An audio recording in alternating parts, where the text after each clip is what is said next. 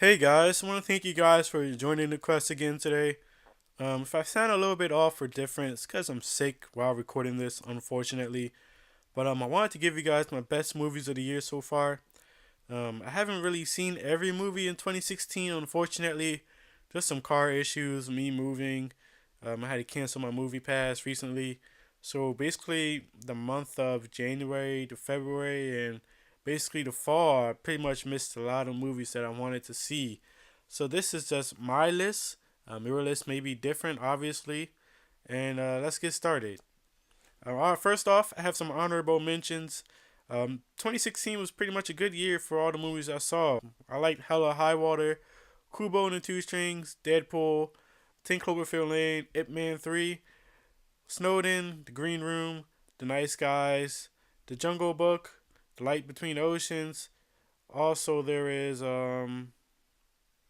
Magnificent Seven, The Lobster. Just a few movies. But what did make my list was number 10, and that was Rogue One, A Star Wars Story. Yep, this movie was probably number one on my most anticipated movies of 2016, and this movie honestly did not disappoint. I would say, though, the first half kind of slowed the movie down as far as my rating goes, but the second half and the third act mainly definitely made up for it. It's definitely different from other Star Wars movies, pretty dark, and I like the turn, and I want to see more of this, and I'm looking forward to more spin-offs in the Star Wars universe. Number 9 on my best movies of 2016 is Don't Breathe. This is a horror movie that came out in August, September-ish, I want to say, possibly summer. I can't exactly remember, but this was a really fun movie and kind of different. Basically, you have these guys that try to rob some dude's house who is blind. It turns out, even though he's blind, this guy is like a super soldier, basically. And it was fun watching the kids maneuver through this. And I really felt like I was these kids in this house, and I really wanted them to escape and make it through. And this is definitely one of the best horror movies of the year so far, and I want to see more. In the last act, man, I did not see that coming, but it was great. Number 8 on my list is Swiss Army Man. This movie stars Daniel Radcliffe and Paul Dano, and this was a really fun movie. Honestly, I didn't really hear about this until maybe summer, maybe a few festivals here or there that mentioned it. And this is totally a different movie. I've never seen a movie quite like this. And the way it tackles certain things like getting to know who you are and just accepting that you're different and embracing it. I really like that message, and it's just so different when people, making it over water through farts and guys dressing up as a girl to kind of tell their story about how he was embarrassed to talk to this girl he saw on the bus. And the last act, I didn't really see that coming, but it makes sense. And I just like the friendship and Daniel Radcliffe. This may be his best performance, and I love this character. It's a very funny movie, and hey, man, it takes a lot to make me laugh.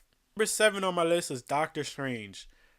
This was kind of like Marvel meets Inception. There's a lot of magic in here. Benedict Cumberbatch is definitely the perfect choice for Doctor Strange. I love how they manipulated time and explained all the stuff, especially as somebody that kind of knows who Doctor Strange was. I thought they did a pretty good job. I even like the villain, understood his motives, and this is kind of different from Marvel, and I appreciate them doing something different. I think last year, for me, their big standout was Ant-Man. That's the different movie within the catalog, and this one here is the standout for the different type of thing that Marvel can do. And I'm always seeing this type of movie coming out from Marvel nowadays. And it really started with Guardians of the Galaxy, and I hope every year they release some movie that's just kind of different from the Marvel formula. Number 6 on my list is Birth of a Nation. This movie really touched home to me. Definitely so relevant, even though this movie is about Nat Turner and his events that took place in the 1830s. This movie was totally relevant, especially with the election. This movie kind of persuaded me to go vote, and there's a point in time where I was big on voting, and after a while, I just stopped caring. And I saw this movie, and I just realized that, and remembered really that, people who died for my opportunity to vote, and just off that alone, I should do it. And somebody has to stand up. This guy was using the Bible, and he was told to use the Bible for certain reasons. He didn't like what he saw. and he went out and tried to change it, whether you agreed with his methods or not. And I'm kind of surprised at some of the acts that were depicted on the screen, just because you never seen that before on media like this. So I know there's a lot of controversy going around about Nate Parker and his situation, but this movie as itself, I really did enjoy this movie and what it represented. Number 5 on the list for me is American Honey. I saw this movie maybe about 2 weeks ago. Finally made it on Blu-ray and video on demand. I checked it out, saw a lot of things, and heard a lot of buzz through the festivals.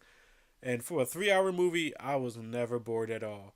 And that's saying something. This was basically about you following about this girl who just comes from a bad background, and she's just with this magazine crew who go door to door, and they just try to persuade people to pick up magazines and buy them and all. And she kind of finds her sense of family within this situation. And I thought for a first time actress, I believe her name is Sasha Leon or Sasha, I forget her last name, but she was great, and I would love to see her in other movies. I hope she doesn't get typecast or doesn't, you know, become a one hit wonder, kind of like a Dev Patel type of guy who was also great. But here, she was amazing. She really did help to convey this message, and you really felt that he was growing along with her. It's great coming of age. Shia LaBeouf, one of the best actors of this generation, and you see it here, and you definitely know why. I mean, this just felt like you was watching some kids grow up and just seeing their lives and understanding how much they were going through, and I loved every bit of it. Number 4 on my list is Captain America: Civil War. What team are you on? Captain America or Iron Man? This is basically what's presented throughout this whole movie. Ramifications of some actions of the superheroes.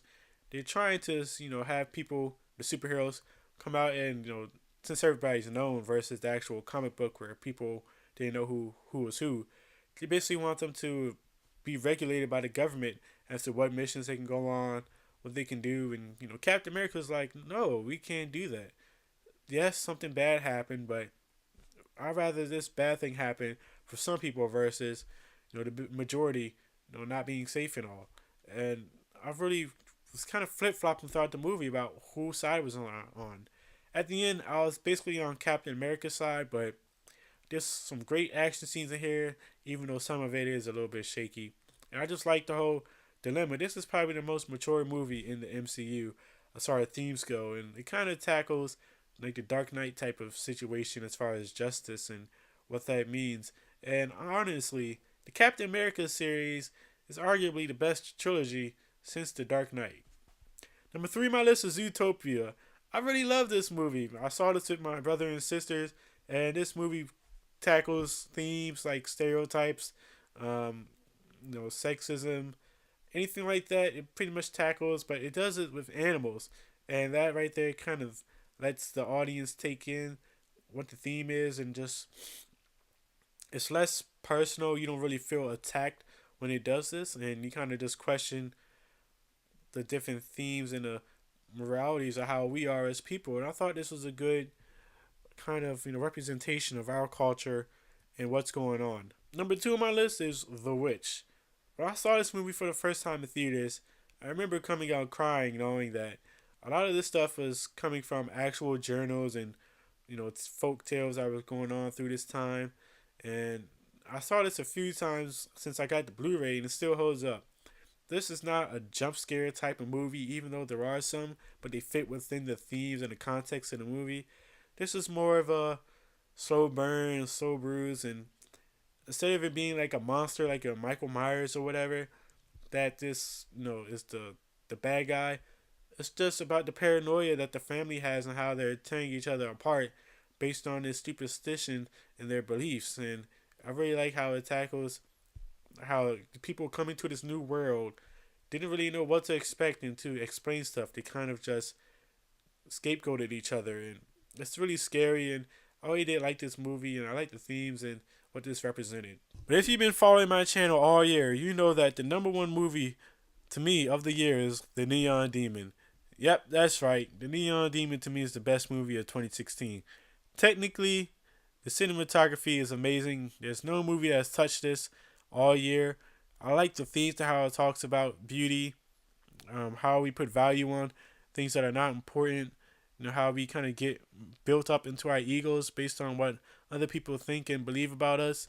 I really like how this tackled those concepts.